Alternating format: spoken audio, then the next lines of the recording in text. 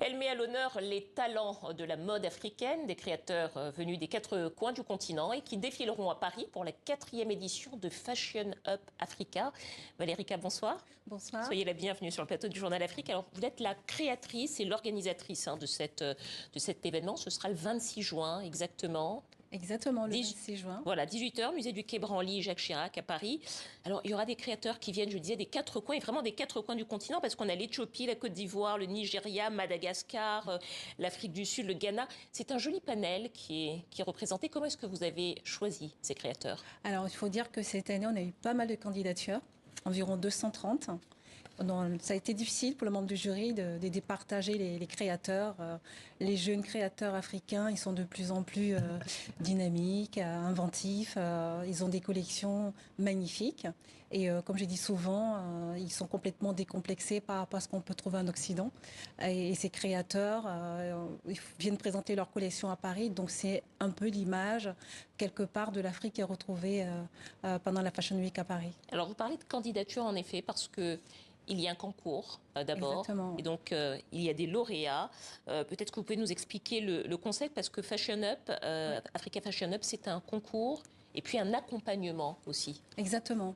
Donc chaque année, on va chercher les meilleurs designers de l'année. On va les inviter à venir présenter leur collection à Paris. Donc c'est plusieurs membres du jury, sont entre autres la directrice du défi Clarisse Ray, des gens hyper professionnels dans ce qu'ils font et qui sont à Paris, qui font partie aussi de la Fédération de la couture à Paris, qui vont choisir ces créateurs. Ils ont un parcours. Le parcours dure environ une semaine. Pourquoi un parcours? C'est une façon aussi de pouvoir les accompagner, parce que faire du fashion show, ça existe. Donc nous, ce qu'on a voulu faire de différent, c'est d'apporter un savoir-faire différent, une formation. La plupart des jeunes créateurs africains n'ont pas forcément les compétences de créer une entreprise. Donc on essaie de leur expliquer que être créateur, tailleur à Abidjan, ou je sais pas, au Maroc, c'est aussi une entreprise. Et donc avec des partenaires comme HEC, on va les aider à développer la partie business, École de marketing. commerce, hautes études commerciales. Exactement. On va les aider à développer cette partie-là d'entrepreneuriat. Et puis il y a la vente également, puisque vous avez un partenariat également avec une chaîne de grands magasins qu'on ne citera pas, mais où ils pourront, qui est installée au cœur de Paris. Et ils pourront vendre il y aura une vente exclusive. Exactement, mais c'est la première fois. C'est un de nos partenaires qui nous a fait confiance depuis le début.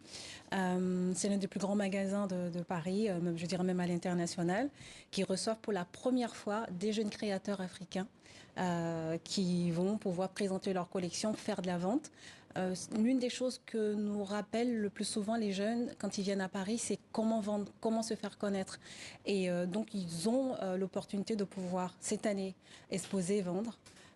Et aussi des accompagnements, parce qu'ils ne font pas que vendre. Je ne peux pas citer le nom, mais ils les reçoivent. Donc c'est le directeur Thierry Vanier qui va les recevoir avec son équipe pour leur expliquer en fait comment est-ce qu'on est représenté dans ces grands magasins à l'Occident, parce qu'il y a une façon de pouvoir rentrer. Il faut avoir des codes, il faut avoir un savoir-faire, des finitions. En fait, c'est des choses assez techniques. Assez techniques qu'ils apprennent. Exactement, qu'ils apprennent, parce que si on n'apprend pas, mais on ne peut pas être intégré dans ces grands magasins en Europe. Et c'est ce qui fait la spécificité de votre concept, qui n'est pas seulement un événement, je le rappelle, mais tout un concept qui va du choix, concours, à la formation, l'accompagnement, jusqu'à la vente. Oui. Donc c'est un circuit intégré, si je puis dire. Il y a aussi dans votre démarche, il y a une démarche de responsabilité sociale aussi et environnementale, parce que vous travaillez beaucoup sur des questions de recyclage, par exemple, et d'autonomisation des femmes. Comment est-ce que ça se concrétise dans votre concept? Mais en fait, ce qu'on va regarder, nous, ça fait partie des critères de sélection. Je vais donner un exemple tout simple. Amy Casby, qui était un de nos lauréats, travaille avec des groupes coopératifs au Nigeria. Ce sont des femmes qui sont autonomes, qui vont avoir des champs de coton, qui vont faire de la cueillette, qui vont fabriquer elles-mêmes leurs tissus. Donc ce sont ces femmes-là qui vont travailler en collaboration avec ces créateurs, avec qui il va faire des collections. Donc, ce gagnant-là de 2022, si je ne me trompe pas, qui avait fait une collection magnifique, et tous les membres du jury avaient voté pour lui. On a aussi Mina Binebine qui vient du Maroc, qui travaille aussi avec du recyclage. Donc, ce sont des tissus berbères qui sont utilisés souvent dans tout ce qui est immobilier, qu'elle va réutiliser avec des boutons. Donc, elle va faire des collections qui étaient superbes, hein, qu'elle avait présentées aussi. On a aussi, par exemple, le jeune Congolais qui s'appelle So, qui fait des choses magnifiques, qui avait retravaillé des sacs qu'on trouve souvent dans les marchés africains avec plein de couleurs. Il avait fait une collection magnifique. Et donc, tous ces jeunes créateurs-là, ils sont complètement différents avec leur identité à eux, personnellement. Leur identité, leur technique, leur savoir-faire. Et donc, ce sera un manifeste de toute la créativité du continent. Je rappelle les dates. 4e édition d'Africa Fashion Up, le 26 juin à 18h au musée du Quai Branly, Jacques Chirac à Paris. Merci à vous, Merci de m'avoir invité.